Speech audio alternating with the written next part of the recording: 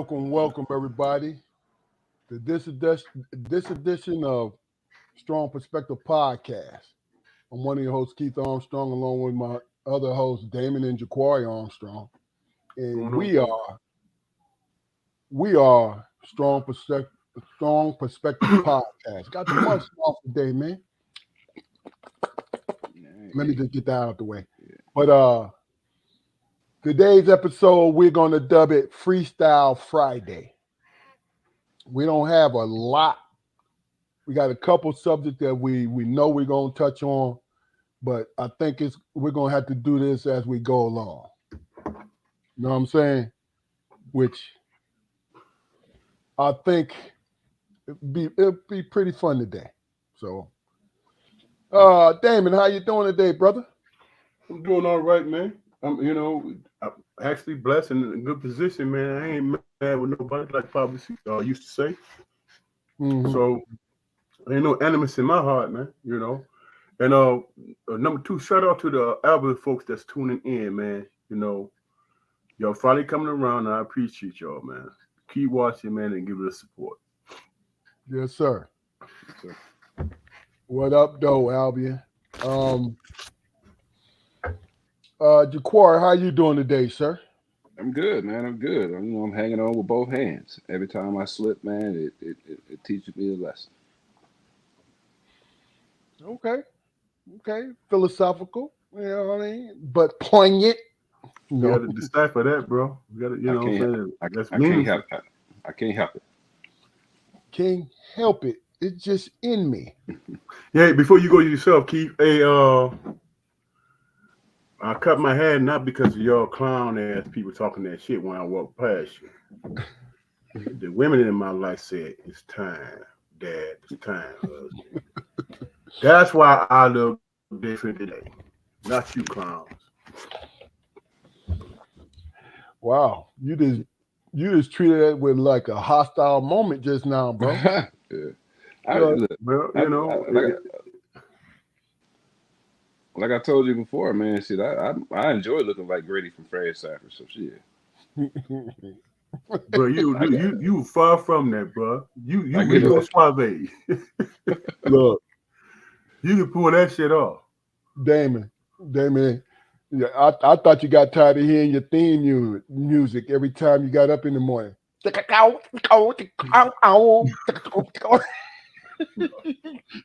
Hey, theme music.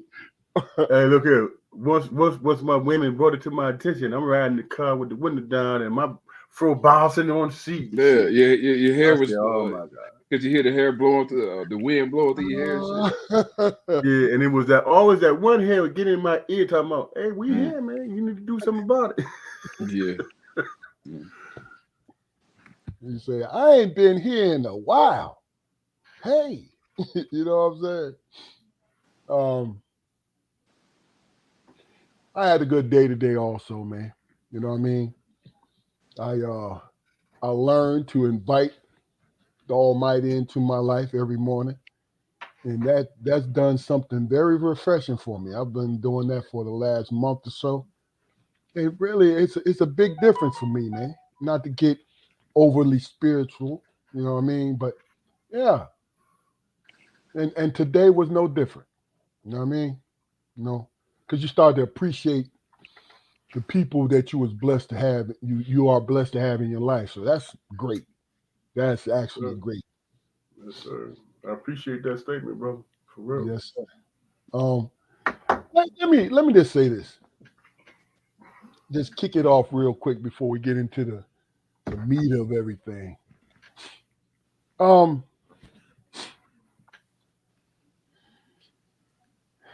is it me when I say this? But my 59 years on this earth, I've always run into good brothers and sisters, right? But I always felt like our community was looked upon as we are hostile towards everybody else. is that just me because I'm overly cautious, paranoid? I mean, what do you guys think about that?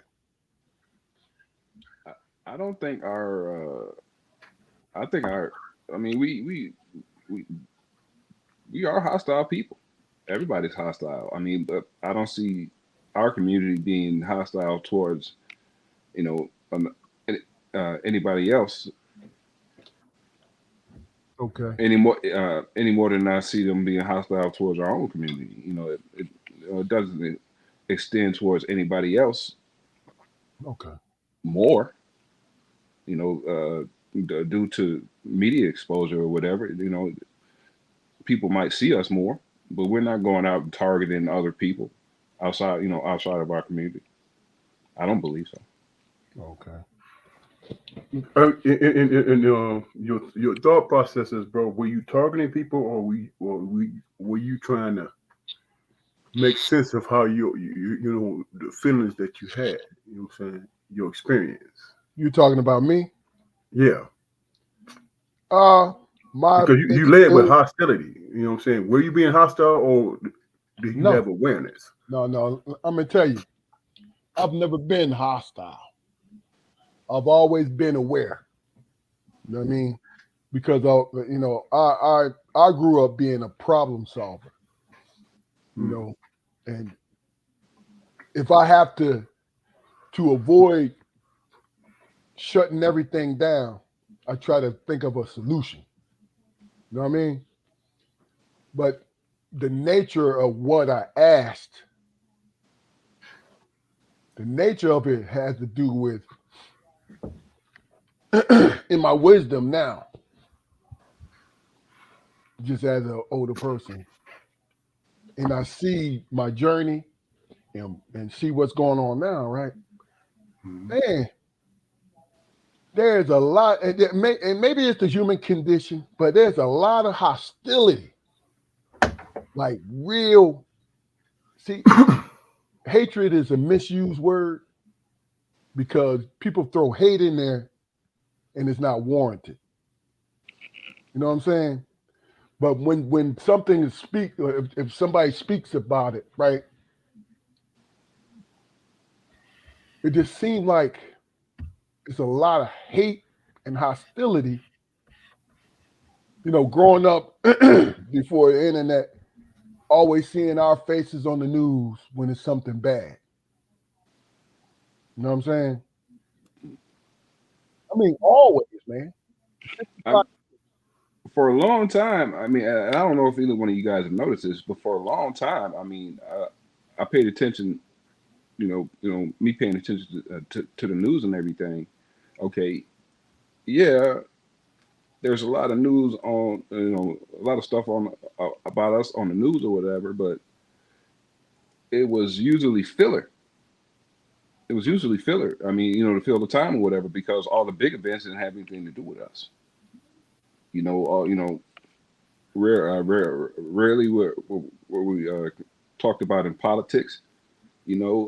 Freaking, we weren't committing grand mass scale terrorism or anything like that.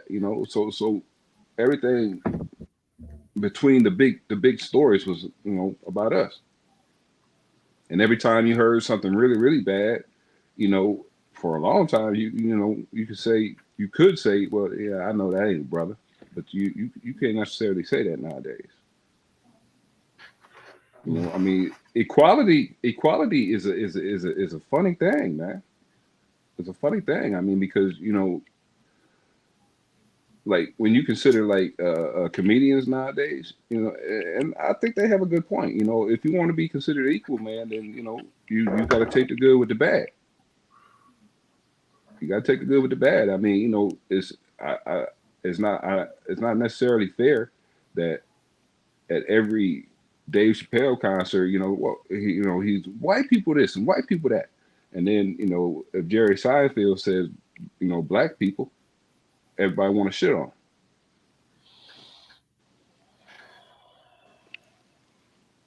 I I get it. don't. yeah, I don't. It's jumbled, but I don't know. You know, I don't know if that addresses your point, but I, yeah, it's. I think for me, man. Yeah, I just wish one of y'all would start talking side to side. Here's the thing, bro. I understand what you're saying, man, but when you think about in terms of the media, man, and the news and all that stuff, no, we were not on that larger scale in terms of, how we affect the world. You know what I'm saying? It was always local. You feel what I'm saying? It was always local. So to detract from what was really going on, they want to make it about some local stuff and find somebody to blame. You know, but I am comfortable with knowing, based on how we grew up, it was never about, in terms of global, it was about knowing your history and understanding the people who are saying the right things and sacrificing their lives, and in the process. But when it came to media and stuff like that, what I'm saying, that they was always looking for a scapegoat. We was always the poster child for that shit, man. But was that our lives? Because you think about each and one of our lives, the things that the media was talking about and the news was talking about, we actually put ourselves in those positions, those dangerous situations, right? We actually put ourselves in those dangerous situations as uh, 18, 19-year-old people, man, who's just going through a maturation process of trying to figure out right from wrong. You know what I'm saying? Everybody has to go through that. But our shit was just magnified, and it became this thing where they say, you know what, the country is messed up because of black folk. You know what I'm saying? When in reality, the country is a better place because of black folk. But it was all propagandized, man. You know what I'm saying? And I'm speaking from my own opinion and my experience. You know what I'm saying?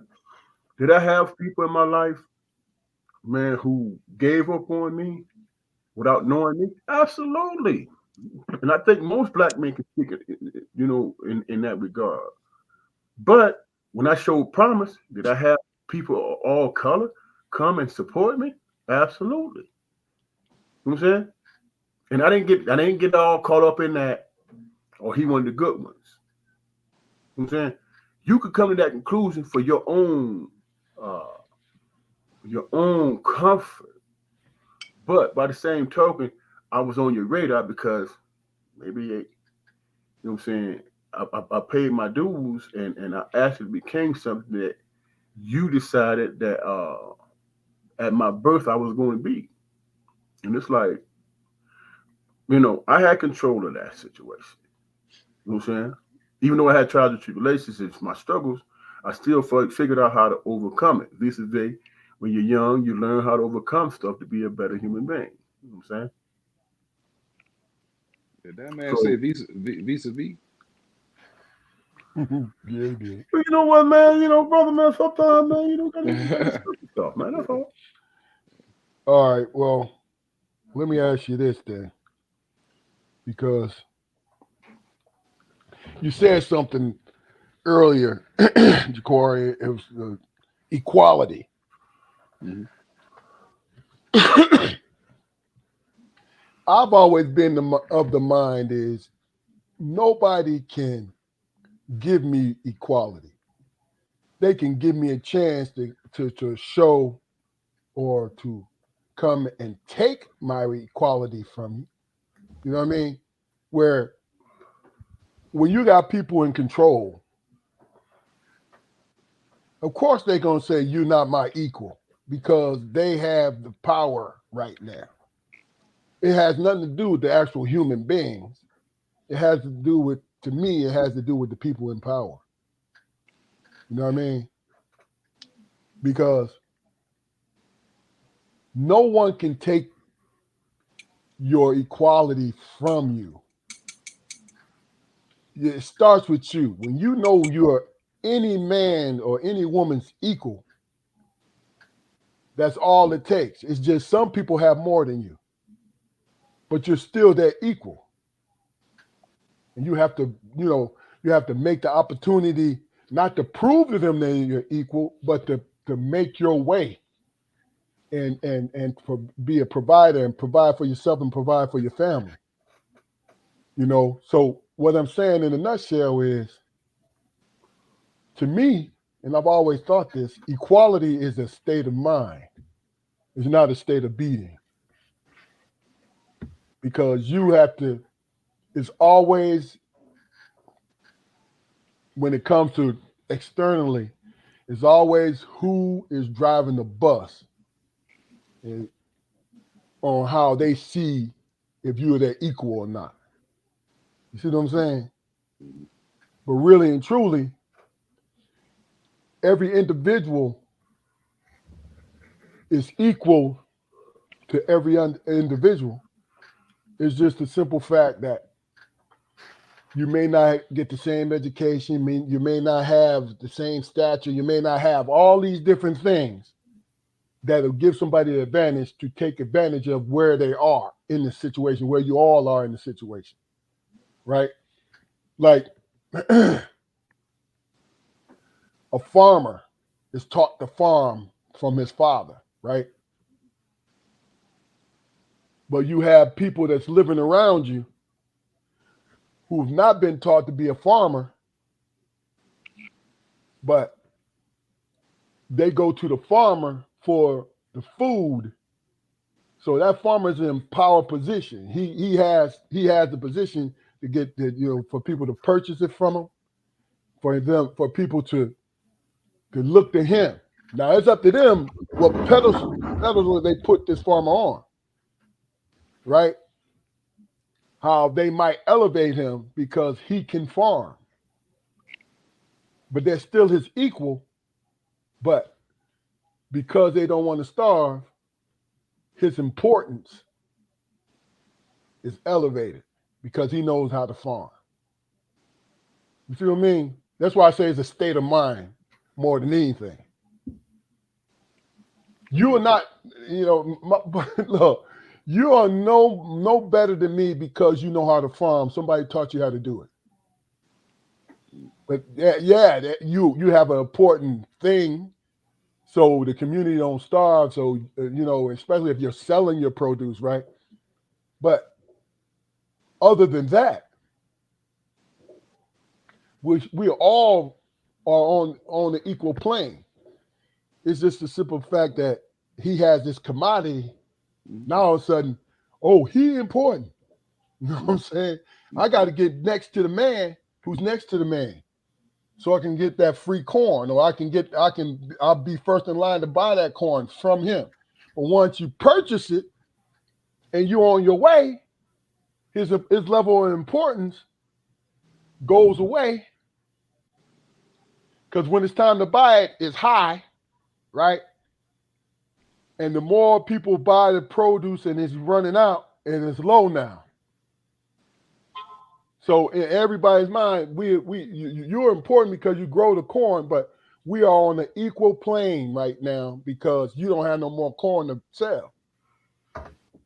But go ahead, Jaquari. As his supply dwindles, I think his importance kind of increases because that's why I say it's a state of mind. Yeah, the distribution and the pricing of the commodity is ultimately controlled by him.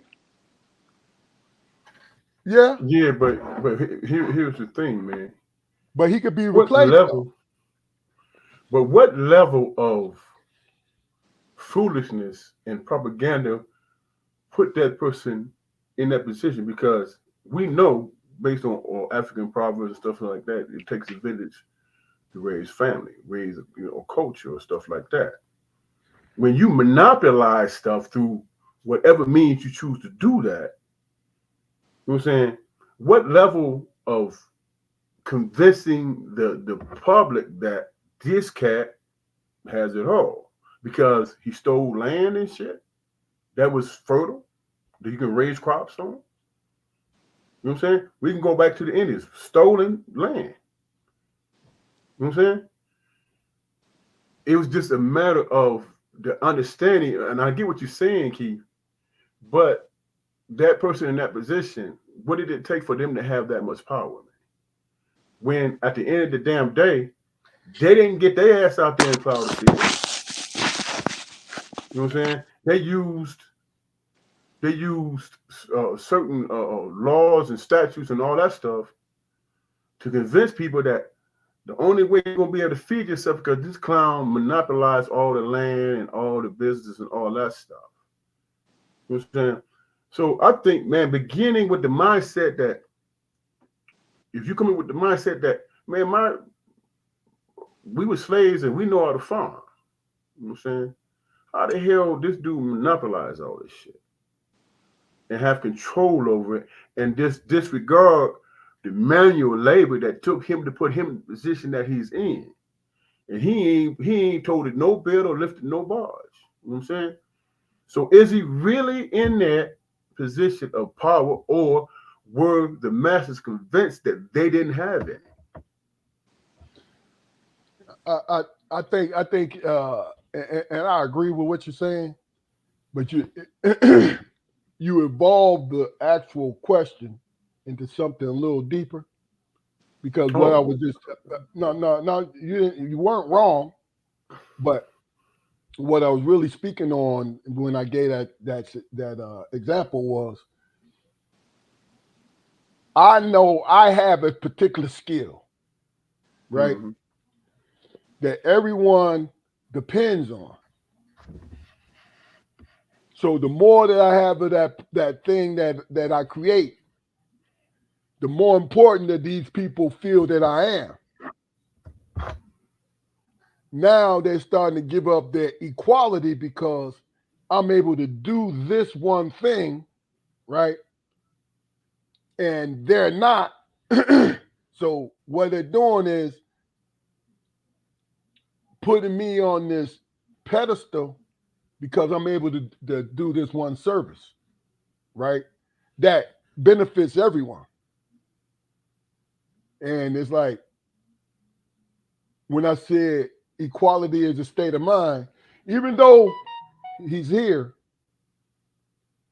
right? And I'm not trying to get too convoluted with it, but even though he's here, my equality level is still where it's supposed to be. I'm equal to him. He just has a skill that nobody has at the time. You see what I'm saying? That's why I said equality, to me, in my opinion, equality is a state of mind. Now you can force yourself onto people, right? And take away things from them if they allow you to do it. Then that's the next level of subjugation, tyranny, or whatever. You know what I mean? But that's my point. I was thinking like, and it was just a passing thought more than anything. I was thinking, well, what is equality? What do I see equality as? And I feel like equality is something that I will never lose. Now, somebody can force themselves upon me, right? And it's a state of mind, because if you submit yourself to people, then you're giving up your equality. They're not taking it from you. You're giving it up. I'll give you another example. And this brought up something really and truly. See, I've always been the type of guy, I don't know about y'all, but I worry about what's going on in this country, right?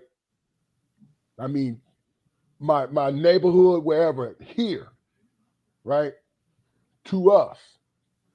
But I saw something on my feed today where, you know how the Chinese moved into the different countries in Africa, building up industry and all this. I saw in my feed today where this Chinese factory foreman had his belt out, and it was two brothers sitting on the ground. He had his belt out and started whooping on these black guys. And they were not trying to defend themselves, and they were squealing and took that beating. And the thing that crossed my mind is you are a foreigner in this country, and you came in here like the colonizers did a couple centuries ago, treating these men like this. And then on the other hand, I was pissed off at the guy sitting there taking that ass whooping. And I'm like, I understand fear. And this dude, because these guys allowed him to do it, thought he was superior to those men he was standing over. But he had to leave his fucking country because he couldn't make it in China. That's my assumption. I'm going to jump to that conclusion. But you understand what I'm saying? So he's going to treat them like he was treated. There you go. Always happens. And like I said, in the state of mind, we give up our equality. Nobody takes it. But there's a lot to unpack with that situation, though, man. I mean, and I'm not cheerleading. I'm not cheerleading for either side, man. You know, especially not for him. You know, because he, you know, in any other circumstance were he to face either one of those men outside of work or whatever the situation was, I mean, you know, he wouldn't even look those men in the eye. I feel comfortable saying that. Uh-huh. But you know, let's consider them. I mean, their circumstances, unfortunately, man, may have put them in that position to where, you know, they like this is my livelihood. You know, this is how I'm gonna feed my family and all this and all that. And you know, before the question is even asked, you know, hell no. Mm-hmm. I don't think I could stand that. No, You know what I mean? Yeah.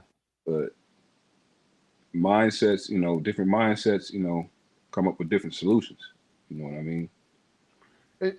And look, I say I was angry at them because Yeah. I know, just like you said, his bravery came from them giving up their equality to him. Mm-hmm. Now I've seen another video, same scenario, where the factory manager had his stick and started striking a worker. That worker grabbed a stick and started striking him back. Mm-hmm. And the surprised look on that man's face, the Chinese gentleman's face, like, oh, he's hitting me back. And he kept his equality. He didn't submit. And he beat that man docile. He beat the aggression out of that man because he was real aggressive when he started hitting the black man. Mm-hmm.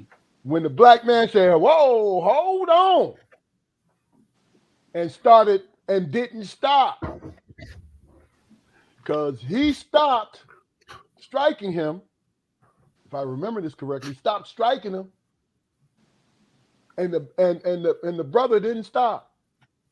Now he's looking around like, hey, y'all gonna stop him? You know what I mean?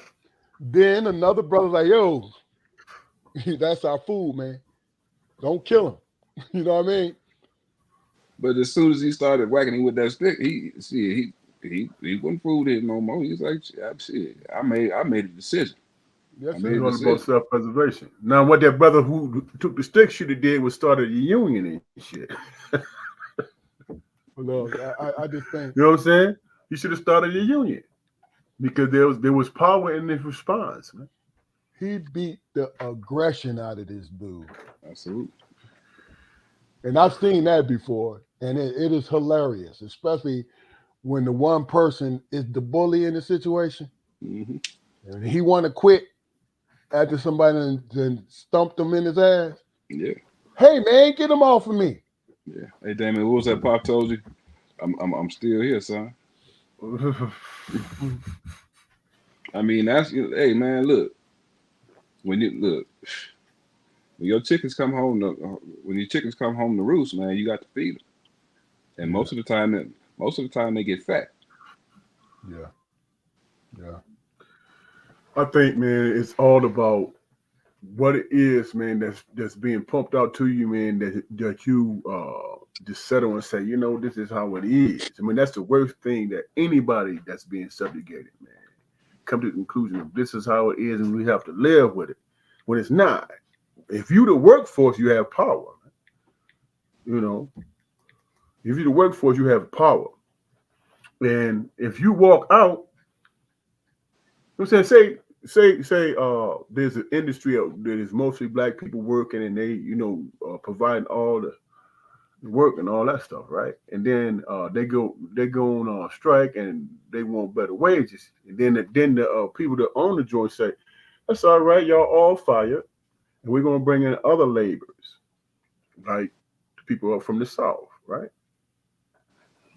The thing that people don't recognize is that those people from the south is like, well, I'm gonna take mine. We gonna do the jobs, man. But when people start winding up medicine and lynched and all that stuff, and our women being persecuted and all that stuff, you got to take a stand somewhere. All it takes is one voice to say, "Hey, man," and that might be the sacrificial lamb, but it only takes one voice to say, "Hey, man, this is not kosher. This is not cool. What we gonna do about it?" That's when you have to really, really, really put out your message, man. We can't listen to Candace Owens. You know what I'm saying? We got to be about us. You know, it's people looking like that sister every day, man. Wind up missing and shit. You know what I'm saying? And nobody's investigating it. But she can get on there and spew all this stuff, man. And some disillusioned, uneducated, uh, uh, silly person, man, because they're getting some attention, might perpetuate the message. You know what I'm saying? And I think that we, as black people in this country, we fall victim to that to a lot of times, man. What the hell does it mean, man, to be a conservative person or a liberal person, or people talking about woke shit? How do anybody who's about human equality and all that stuff be pissed off about woke shit? No, do they go overboard with it? No, so we have to police certain things where, hey man, we're not gonna take it that far. We're just looking for human equality. You know what I'm saying? That you want to go off into all this other stuff. If that's your experience, I respect it. But by the same token, you're not looking at the whole. You're not looking at the real struggle as a whole. You're just looking for individual stuff so you won't be uncomfortable. So that's so those messages that's being put out there, people being overzealous, the other side of that take it as, well, I'm offended. The dumbest, and this last point I heard, I'm gonna say the dumbest damn statement I've ever heard in my life is when a person stood up in front of the damn camera and said, I'm a victim of reverse racism. You know what I'm saying? Now, usually people that make those statements are people who are in executive positions, man, who didn't get a job at one of the Fortune 500s. I'm a victim of reverse racism. then how the hell did you get in the position where you feel like you could have gotten one of those executive jobs in the Fortune 500 company? You're not a victim of anything. You just didn't bring your A game, and somebody beats you out. Plain and simple. Are you that soft? Are you that damn insecure where you have one loss in your damn life and you want to change the culture? You know what I'm saying? You want to ignore the past. Sound like a damn fool. And in my detriment, I don't take those type of people serious. And maybe that's where I'm wrong in that aspect. You know, I don't take, when I look at Donald Trump, you know what I'm saying? When I look at him based on his actions, not me just judging him off top, based on his actions and he say, I ask myself as a person who's been through life as a black man, I say, damn, how do I take this clown serious? How do I take it, man?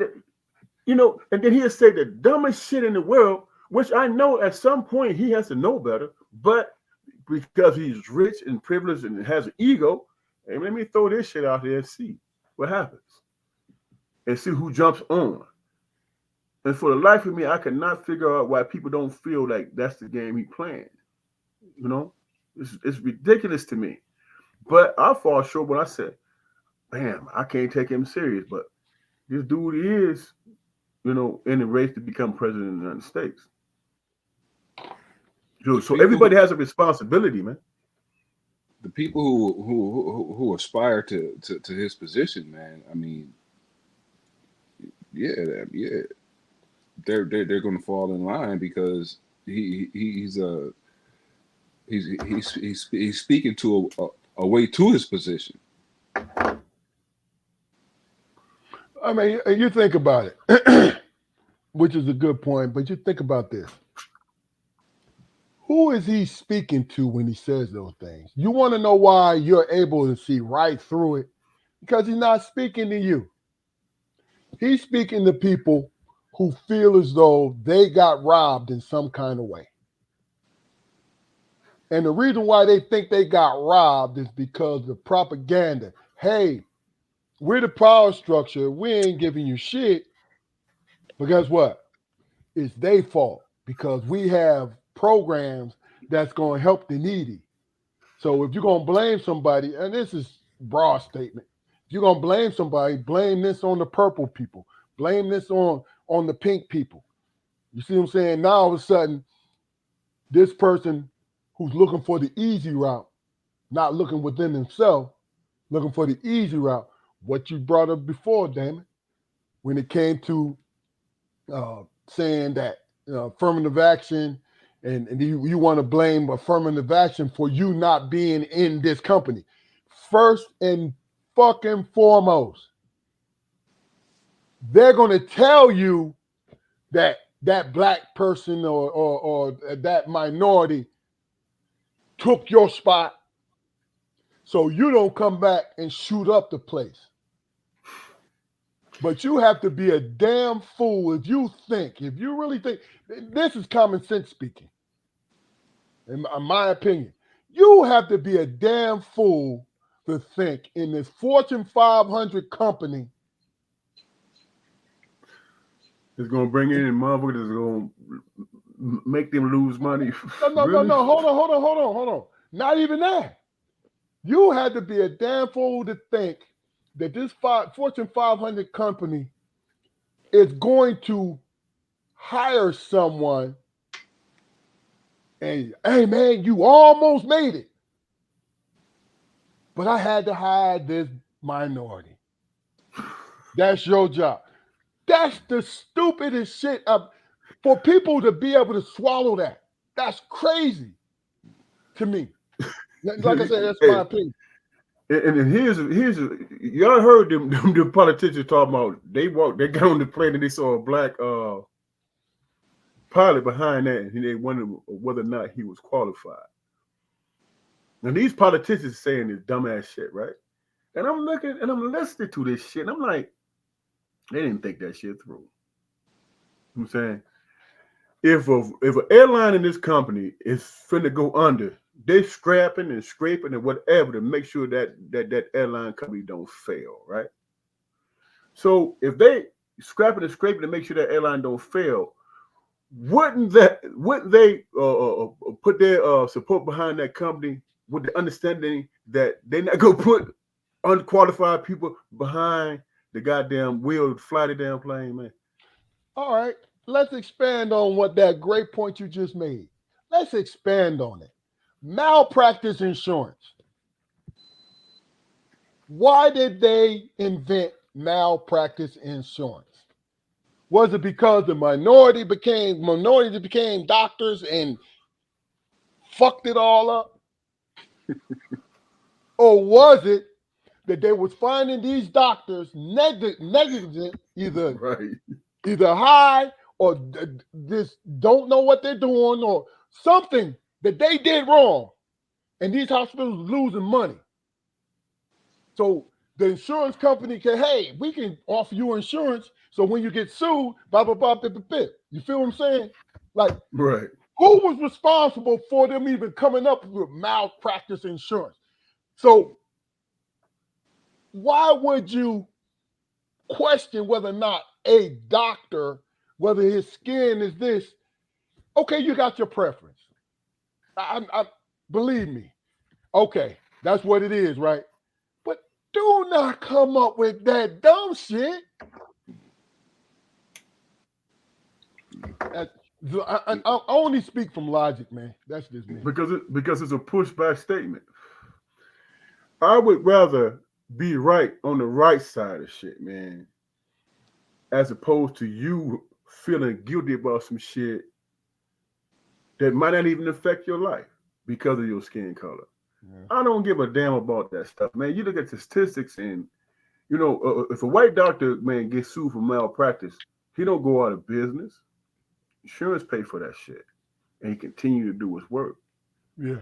Let there be a black doctor. It's gonna be motherfuckers on social media talking about, don't go to this doctor and don't do that because this doctor is incompetent and all this stuff, which might be a good doctor who just, you know, shit happens. You know what I'm saying? Hey, before you go any further, Jaquari, you saw the question that John Park asked. John Park, yeah, Let him know. John Park, thank you for tuning in, brother. I appreciate your comment and everything, man. This is a regular old liquor store cigar, man. Cubans, when I was younger, regular old liquor store cigar.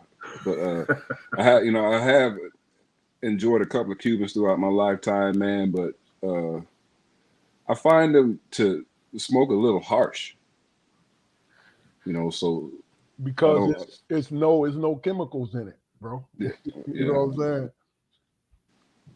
saying? Yeah, but I need to stop smoking. Everybody out there in the podcast world, man, don't smoke. As he take a toke off the liquor store cigar. I got you, dog. Key, listen here. Yeah, y'all listen to Jaquari. Yeah, it's bad, man. Look, I'm a prime example, man, of do as I say and not as I do, man. You know, and I don't. We was raised on it. Yeah, but I'm sorry to interrupt you. We was raised on it, but our parents, and we all did our best to hide it or to do it in a private way. You feel what I'm saying? Look here. Imagine, man, a father and son. The son just got off a hard day's work. He laid back and he can't move no more. Not even to go light it. He ain't got no lighter or no matches. He said, "Hey, son, go light my cigarette off the stove." And you bring his cigarette back and it's half smoked and shit. He said, "God damn, son. You do not need to be smoking these, man. Yeah. These bad for your health. Mm-hmm. The next time I tell you take your ass over there and light my cigarette, bring me back a whole cigarette." I mean, shit. Look, I knew how to French inhale by the time I was goddamn 11 years old. Man. But Eric, what's going on, brother? what's up, bro? Oh, all right, okay. You got something, Damon? Because I got something after you. No, go ahead, man. Go ahead. Okay. I'm just vibing with the conversation.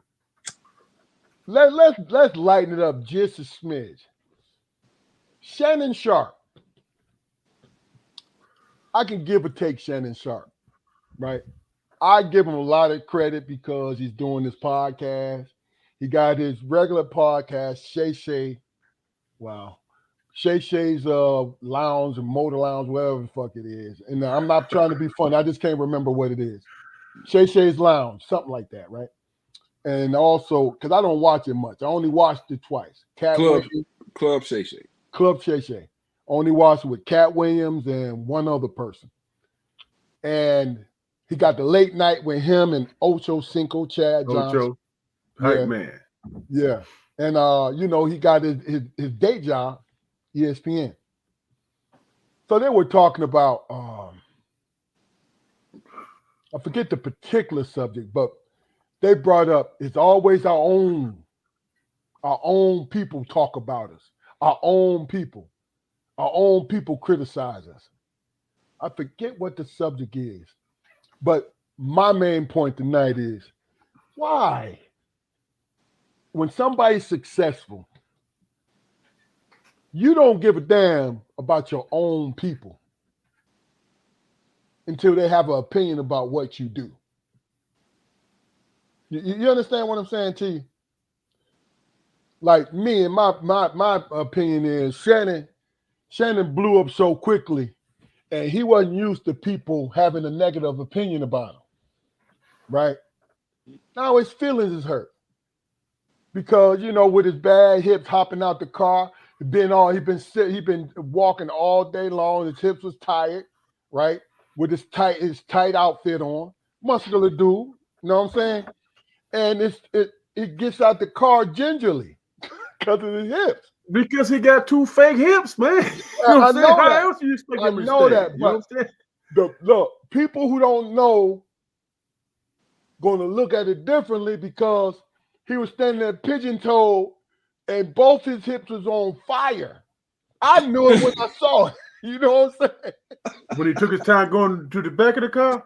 Yeah. Yeah, that brother. And you that can brother. tell. But everybody, and mostly because, he's 50-something years old and he wearing the tightest clothes. I can understand, he got that physique. So, you want to put, the top, you know what I mean? But then he got the damn capris on the bottoms, and he mad because people are saying something about it. Now he done threaten Mike Epps. He done threaten a lot of people. You know what I mean? Because you know what? Hey, Shannon he threatened chooses Mace. violence. Mace told him. Shannon, and that's the funny thing about it. Shannon don't have a problem with choosing violence.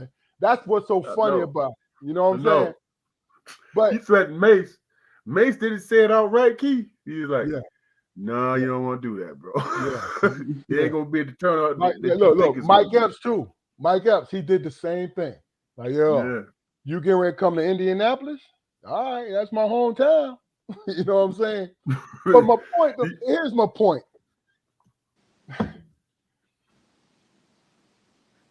I can understand if you're the type, and now I don't know him, so I don't know what he does. Like for the people or not for the people in his life or anything, right? But when somebody hurts you're a celebrity and somebody hurts your feelings, that's the first thing they pull out. My own people feel this way. You know what I'm saying? And I'm like, well, bro, it's not fair to you because you're famous, but you are reaping the benefits. When you're getting rich off of being famous, that's coming. You know what I'm saying? Jealous people be on that bullshit. You know what I mean? So I'm not justifying people saying some out of the way stuff to him, right? But my point is like, Shannon, why are you sitting up there? He sat there for half an hour talking about how his people. And the question I'm asking you guys is,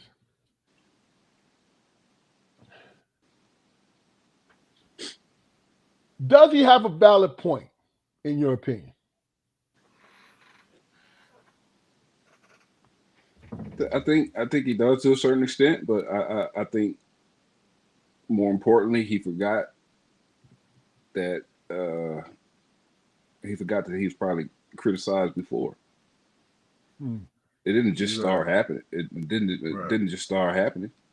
Good point. You know, I mean, and if anything, you know, I would appreciate the fact that my people are watching. Yeah. Mm-hmm. You know what I mean? I would quit my day job to come on here and live under that kind of scrutiny. Gotcha. If at all, you know, if at all possible. You know what I mean? Like, Think too about bad it, man. for Think about it, man. We as human beings, we're not infallible, man. You know what I'm saying? Certain shit said about us, man, affects us in some type of way. It just does, man. You know what I'm saying? And through your life experiences, you know what to pay attention to and what not to pay attention to, man. Because most of those people, I mean, we just said we understand why he was standing the way he was and why he walked the way he was because this guy had 2 hip replacements, man. Yeah. You know what I'm saying? Now they want to associate what he was wearing and how he was walking to. Well, I think my man might be undercover. Whereas me, watching Skip and Shannon all those years, I'm saying I knew he took time off work to have those hip replacements. You know what I'm saying? Yeah. So when I saw him walking genuinely and all that stuff, I say, yeah, my man, you know, he walking on his 2 feet, but he getting around the best he can. So how does that hit him when people say how he walking? How does that hit him? You know what I'm saying? A cat told me, man. Yeah, Cat told me one time, man, I was with my wife. We at the grocery store and I got in the car to help her put the groceries in the car. And the cat walked up to me. What's up, sis? A cat walked up to me and say, man, I watched you get out the car, man. You leaned over, man, and all man, and this and that, and this, right? Now, this person that did this is my friend. Got love for the brother. But, excuse my language, but when he said that to me, the first thing that popped in my head was, like, I ain't seen you in so long, and that's the first thing you say to me, man.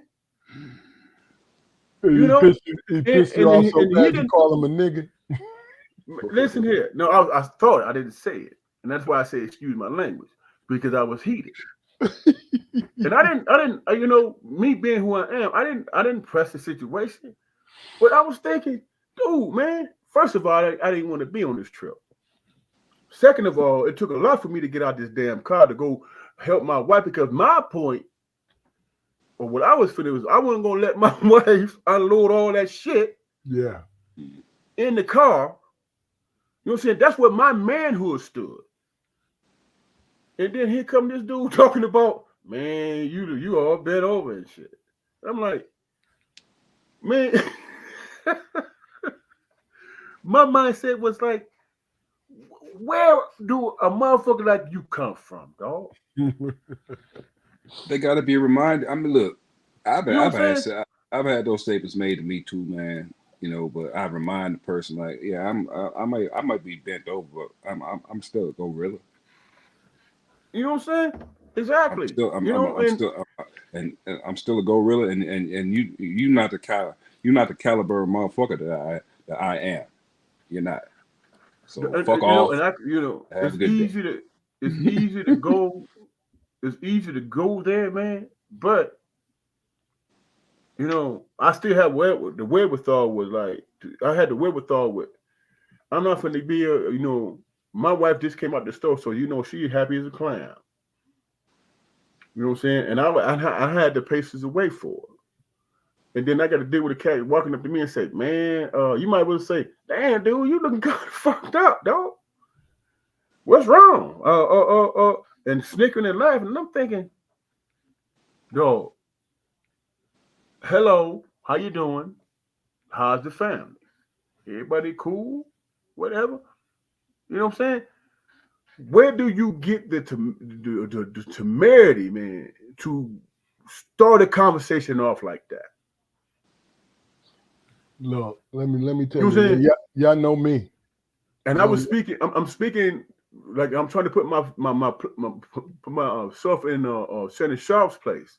Now they just ordered like 200 more cases of his drink. You know what I'm saying? He got the bag. You know what I'm saying? And he was like, "Oh hell yeah, I'll show up." You know what I'm saying? And I'm gonna record and everything. And then some clown who ain't about shit or don't even know the man. No, don't say that. Don't say or don't that. even investigate why the man walking the way he is. He a celebrity, bro. He a celebrity. And he put himself up there. Now, I can't. I always been confused about that. I understand. I understand what you're saying. Well, I disagree with you when you say he wasn't shit. No, it was funny. They was making a joke about it, and they was trying to eat, just like Shannon trying to eat. They was trying to eat by making parodies about it. So they was trying to eat, but I can't put them in the category of them not being shit, man, because they're trying to eat off my experience. Yeah, now, first of all, we can flip it too. Now, this is me being the advocate right now. We can flip it.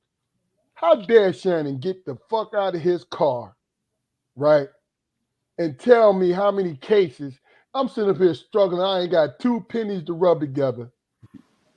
It's how you think. I ain't got 2 pennies to rub together. And this motherfucker getting out of his car talking about, I done made another 10 grand on you, motherfucker. Excuse all my language. But my point is, that's what I'm saying. When I slightly disagree with you when you said they wasn't shit. Because what he's using the platform to promote his stuff. You know what I'm saying? And then because the first few people who was doing it was skit comedians. That's what they was doing. You know what I mean? That's how they made their bread. And look, I'm not making an excuse to say they're right. Now, that it has nothing to do with it. It's just, I think I brought up Shannon because, Shannon, you are a rich man and you wanted to be a rich man and you wanted to be in the spotlight. You are not doing anything but having conversations with people, right? Now, in your past time, this is my thinking. Like in your private time, you're probably helping so many families. You're probably doing all these different things, right? But when you throw it on the social media platform, right, people are going to talk about it. Are they wrong sometimes? Hell yeah. Especially when they don't got all the information. Yeah, they wrong. Especially when they jump to conclusions. You feel what I'm saying? They wrong. You know? So it's just a simple fact that this tool here that we're using, and we try to be responsible when we do it. We have fun with it, and we just talk. This tool here gives people the opportunity to express whatever's on their minds. You know what I mean? And I don't know why it bothered me that Shannon did that. And he wasn't wrong. He was in the right to say what he wanted to say. Jaquari was way in the right. That was his right. And the way he felt, that was him. That was cool. I get that. It just, I brought it up because it rubbed me the wrong way because, no, brother, you're stronger than that. You know what I'm saying? You're stronger than that. It be our own people. It be our own people. What?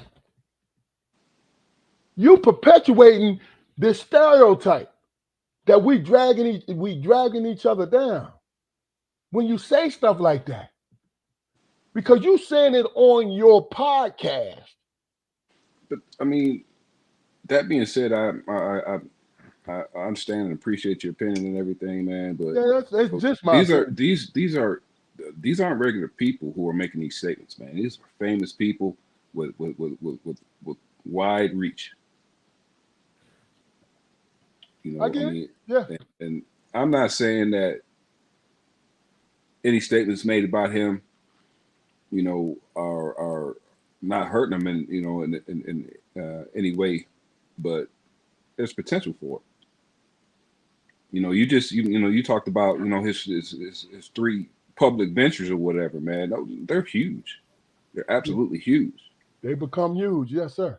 You know, and some things in accordance with image could absolutely destroy those things. Unfortunately, I mean his sexuality, man, doesn't really bring or take away anything for me, you know, from his situation. I don't care because Yeah. I don't really pay attention to That's why I purposely what didn't say yeah, that. yeah. I don't really pay attention to what he says outside of of the questions that he asks. He asks some good questions, Yeah. but he gives his guests the freedom to unpack everything, and that's what he's there for. You A lot know, of as people far as questioning that too. Hey, did you see They Amanda call him Seals? Jerry Springer. That's the other one that I saw, Amanda Seals. Did y'all watch that one? it's I didn't watch journalism. it, man. It's Let me journalism. say this before you get into it, Keith. Let me say this, man. This is me speaking personally of how I feel about Shannon Sharp because Keith, you express yourself and how you feel. When you think about stereotypical things, man, this dude had to walk a fine line. He had to walk a balance, man. He a prototypical celebrity man where everybody's they attracted to this guy and he fits the mold or whatever. This dude is doing what he's doing straight off of straight up talent, man. Who he is. He doesn't deviate from who he is, man. You know what I'm saying? True. And he did that is a talented brother. You know what I'm saying? And when you think about his try to imagine his journey, man, and all the things that he had to go through, work through, deal with, or whatever, to keep his not sanity, but to feel good about himself moving forward. I give him 1,000% credit because he found a lane and he's in that joint and he's prospering from it. You know what I'm saying? Being who he is. He didn't change shit. He talks loud, he clowns, he has a good time. People talk, oh man, he's a coon, he's a Sambo. I mean, No, who he is, shit about that, man. That's because that's who all he relative. is, right. What I'm saying is, in spite of people's opinion, he's a successful brother. You know what I'm saying? So no matter what the narrative is and what people are talking about, I look at his journey and where he's at right now, and I say, damn, that brother navigated a whole lot of shit, man. You know what I'm saying? And we all have opinions. It's cats sitting down with their bottle glasses on, man, and antisocial and don't really deal with anybody, talking the most shit. Yeah. Having the biggest opinion. You know what I'm saying? And that is just the thing that social media, does. So He's able to navigate that stuff and be successful.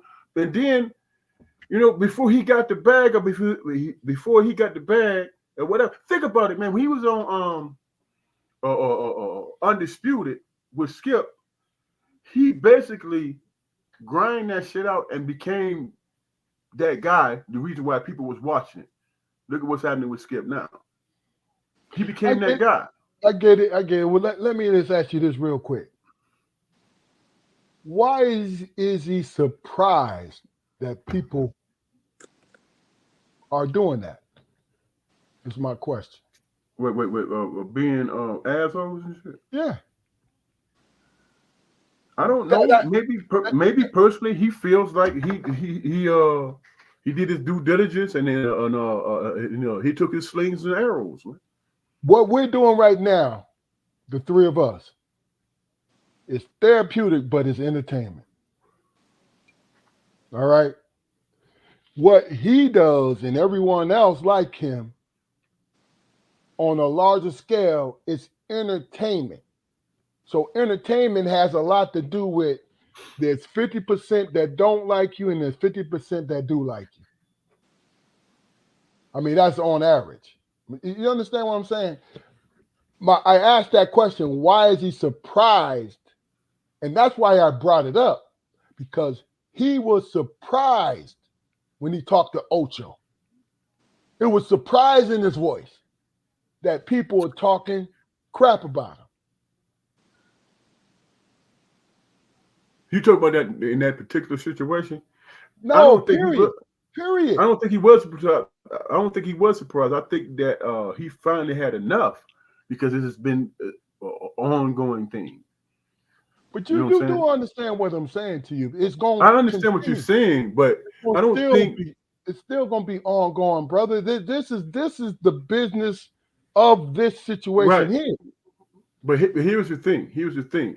I don't think he was surprised like a Stephen A. would be surprised, man. You know what I'm saying? Does Stephen A. give a shit?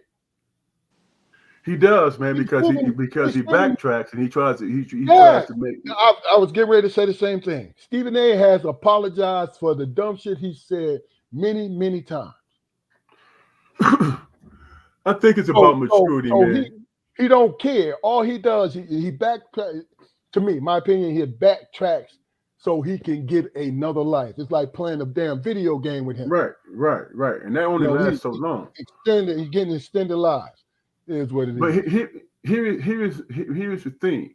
Do I think that Shannon Sharpe speaks out of arrogance? No, I think he's genuine, man. I don't know where Club Shay Shay going at this point. You know what I'm saying?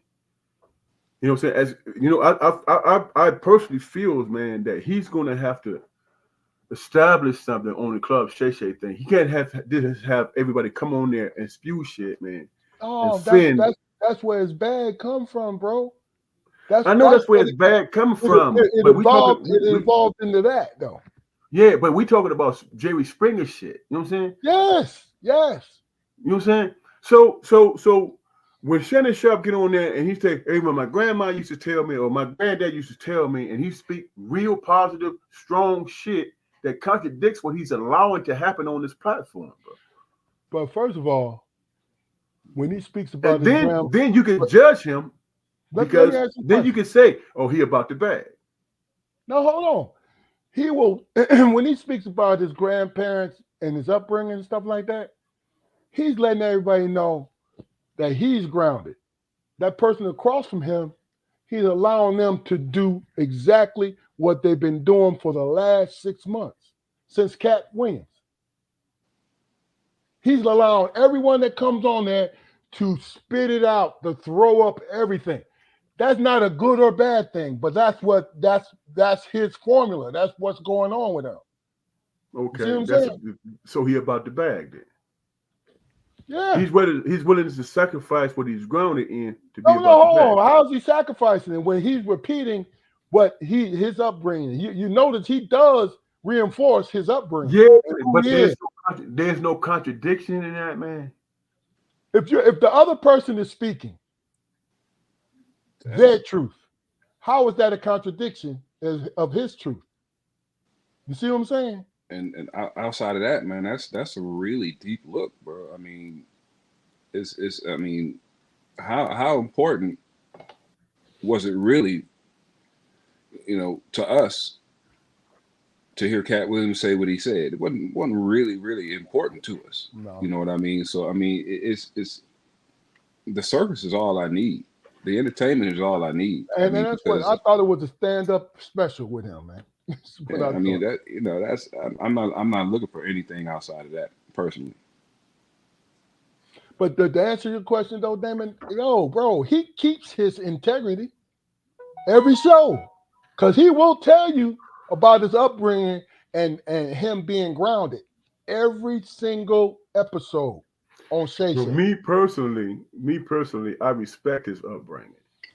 No, I'm saying? I'm not disrespecting that either. I respect his upbringing, and when I am listening and I hear, if Cat Williams say something bad about whoever the hell he say something bad about, and then Shannon's response is, "Oh man," and he keep that shit out, blowing the shit off. You know what that tells me? That tells me that he don't agree with what Cat's saying. But he's playing to the numbers. He's playing to the bag. You know what I'm saying? Yeah. That's his job, bro. Yeah. Okay, so that is okay. as us three black men, that is okay. I don't have to watch it. I already told you I only watched 2 shows. You don't have to watch it, but what my point is, You said no. what's wrong with What you mean by is that okay? What you mean what by I'm saying that? is if he says something that's derogatory, that's inflammatory, or whatever, to the point where he might get sued in that regard. The only thing the thing that's impressive that he does is that he does not play into being in a position where he might get sued by inflammatory shit. You're right. You're right. You know what I'm saying? And that's just and what is that? That's about the bag, man. Yeah. But what I'm speaking to is the integrity. I guarantee you. How long was that joint with him and Cat Williams? 3 hours. 3 hours. How many times, man, that Cat Williams said something about somebody else that Shannon wasn't comfortable with? I mean, look, it was 4 guests he had on the show, or 3 or 4 guests that he had on the show that Shannon wasn't comfortable with because Shannon said something like, "Hold on, Cat." But guess what he did after he said that? He let Cat go. He let him cook. He gave him a platform, which brought up this whole thing. We said all three of us saying the same thing, bro. Listen here, man. Let me ask y'all both this question, man, and then I'm ready to move on from this, man. How many times, man, have you been hanging out with your boys, and you talking about another one of your boys? He said some shit about your boy that you didn't see or you didn't appreciate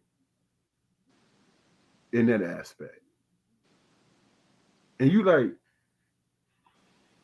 I know both of y'all. I know y'all character.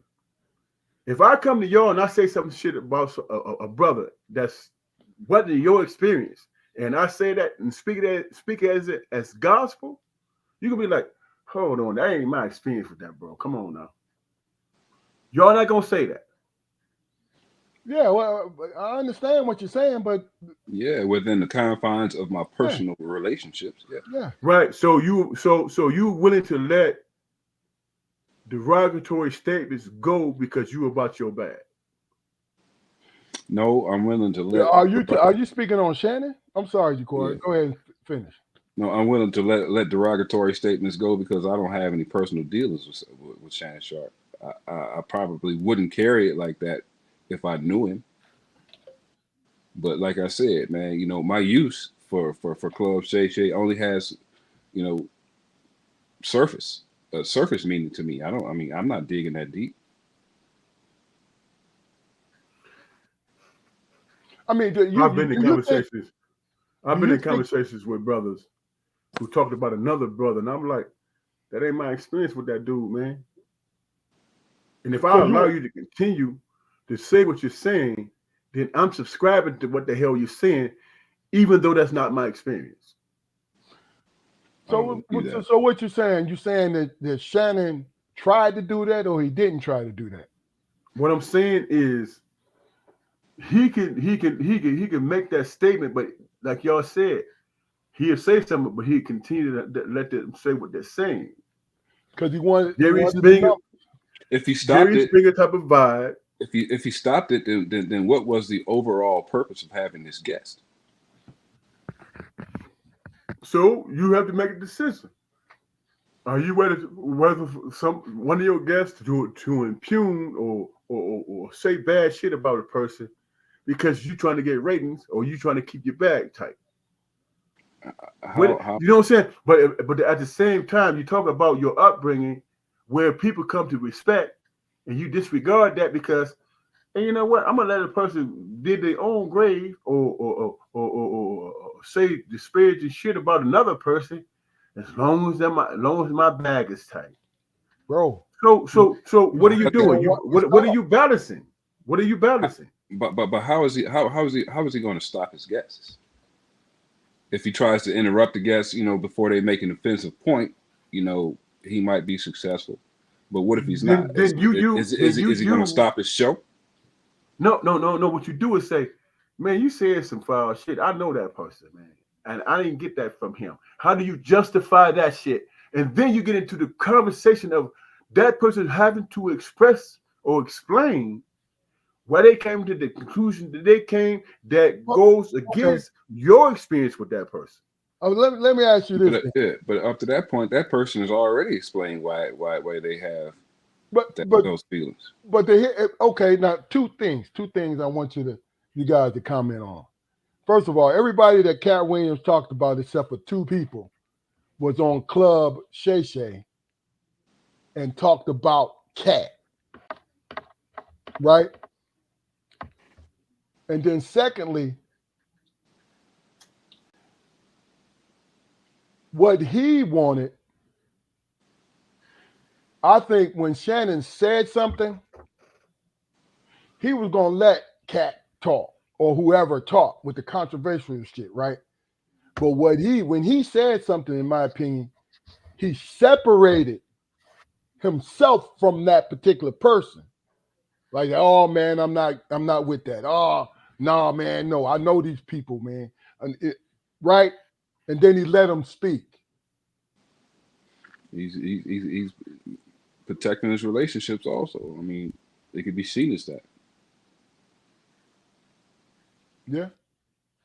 I mean, like I said, it's all entertainment to me. It's what it was to me.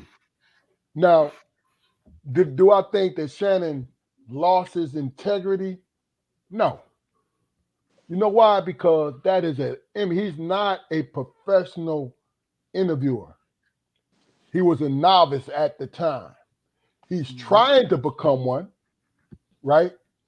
But really and truly, it's a podcast, is what it is.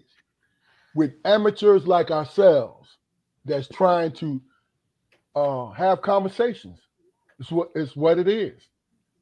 Now, I'll shut it off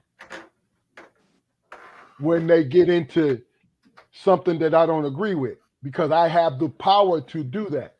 Now, is it going to do anything that is it going to do anything that when I shut it off? Is it going to hurt him? No. But guess what?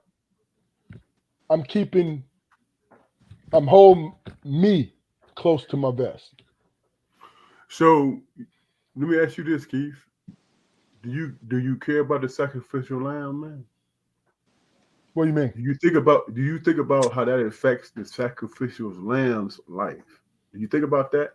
Or are you thinking about the numbers that you get, that you generate, and the possible bag that you get? Do you think about that? Or do you say, I know that Cat, man, and I don't agree with what you're saying. What's wrong with making that statement instead of laughing that shit off or saying, hey man, you can have your opinion. You can say what the hell you want to say. Bro. Impugning motherfuckers and all that stuff. I'm confused by this. His job is not to take a stance. No, Fluke, I'm confused. Are you with Shannon or are you against Shannon? I'm with Shannon because he exposed himself, and he told me he exposed himself to me about his life, the type of man that he is, and all that stuff, and how he carries on Club Shay Shay contradicts that. That's what I'm saying. Okay. I mean, I understand that, and but see, here's what really, like, you know what? He makes sure he lets everybody know, and it's got to be his people too, where they put out the numbers from his different episodes. How much he made off the whole episode, how much he made off little different snippets. So I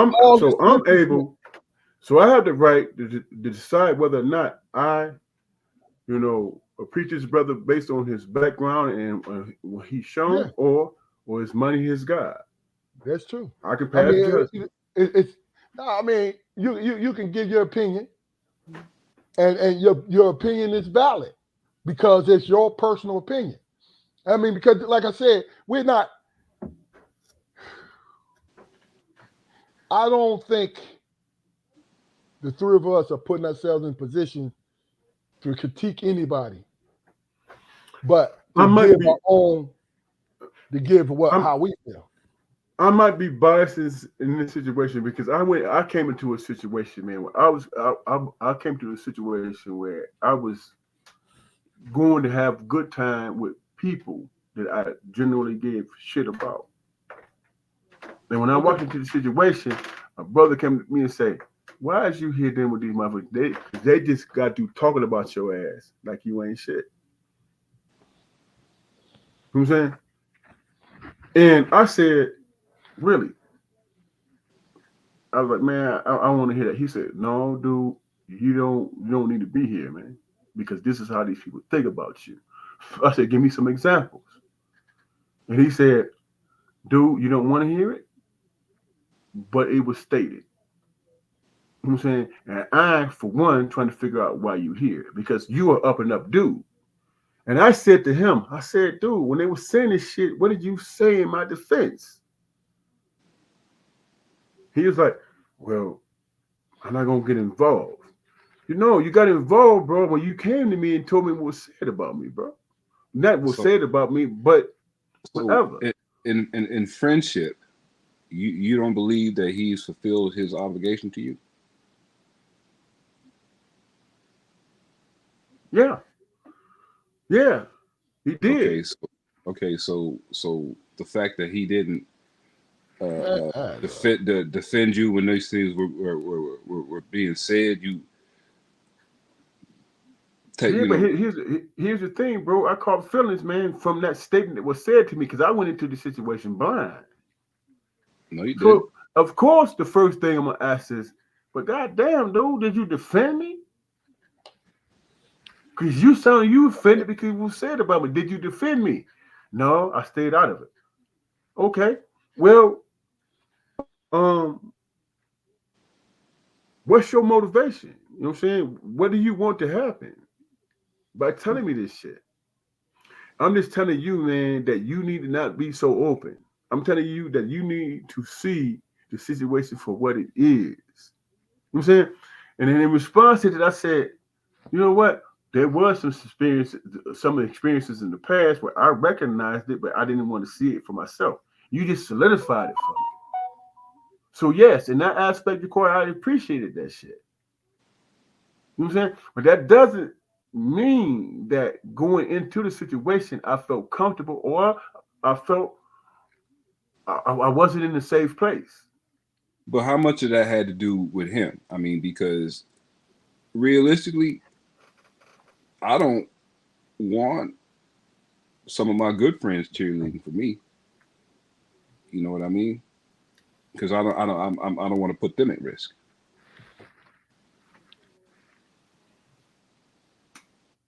I mean, if you can understand what I'm saying.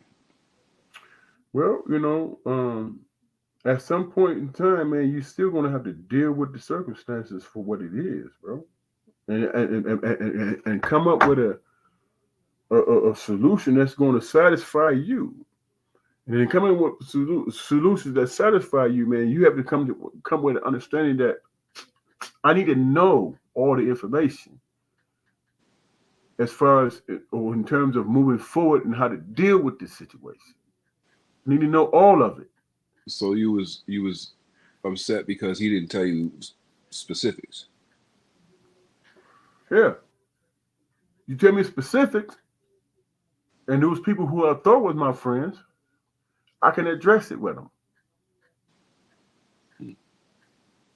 I can address it with them. That way, I don't look like no goddamn fool dealing with them while they talking shit about me and kiki in my face. You know what I'm saying? If we gonna remain friends, let's deal with it. Let's address what's happening. You know, do I feel like in that situation that brother should have said, "No, man, y'all talking about my dog, and I don't see that. Y'all ain't gonna do that shit." If you have courage enough to say that in front of these people, hey man, they just got to talking shit about you, and I for one don't understand why you back here fucking with them. And I'm saying, what happened? I mean, what's going on? I'm not going to get off into that. If you're going to tell me, had the courage enough to tell me what's being said in front of these motherfuckers so I can confront the situation as best I can, so that I don't look like a damn fool coming to the situation where cats have this opinion about me and lack of respect, let me know, because I felt Cass respected me in this regard. You know what I'm saying? As it pertains to Shannon, based on what he presented to the world, hey dude, do you know, is that factual? Do you know that to be true? You know what I'm saying? Do you know it to be true? Because I'm outside going of to my challenge you. I'm going to challenge you in that regard, man, based on what you're saying. outside I'm of going to my challenge blood you on it. outside of my blood relatives, man, realistically, I can only think of like 4 or 5 people who would actually stand like that for me if I wasn't there.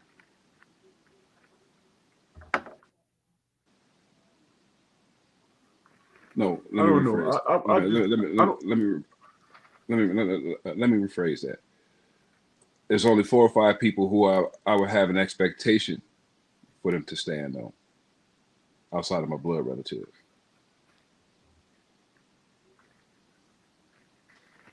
Sometimes, man, you just got to be faced with the truth and deal with it. You know what I'm saying? And not beat around the bush. You know what I'm saying? If a dog, hey, a dog will bring a bone, bring a bone. I forgot how that goes. You know what I'm saying? If you're gonna leave a bone, you're gonna take a bone, bro. You know what I'm saying? So where's the trust? Where's the trust factor? You and Paul was said about me, but you won't give me details about it. Well, he probably did not want to be caught up in the middle of it because he's not you. Well, Like then he should have you, never said anything. no, hold on, man. You need to appreciate the fact that he actually said something because he could. And this is my opinion. This is no right or wrong. It's what I'm saying to you is this. I understand what you're saying, so I'm not disagreeing with you. But the fact that he went as far as he did, then I can move on because you want to know why. I always understand who I am around. I understand. I pay attention. If I've been around people long periods of time, I understand their character. So if this man comes to me and say, "Yo, such and such been talking shit about you," I know that person long enough to know, yeah, he did, she did. I appreciate it. What'd he say? Oh man, I don't want to get into it. Okay, cool. Because what I'm going to do is if I feel I need to address it, I'm going to address it. You feel what I'm saying? But I'm going to pull them to the side. And this is nothing magic. This is nothing smarter. It's just more or less understanding that I do not hold people accountable the way I hold myself accountable. It's just how I always been. It ain't no right or wrong about it. Oh, I don't do that. You know what I mean? But if I find out you talking shit about me, oh yeah, we gonna have a meeting. We gonna talk about it. Oh, it's no doubt about that. But I'm not gonna kill the messenger. I'm not gonna kill the messenger unless I feel the energy that the messenger is just trying to start some shit. You know what I mean? All right, let's just Eric. He has something to say. If a person didn't say anything, then they shouldn't have to have said anything to you about it. It is just a shit starter. So this is what Eric says, and then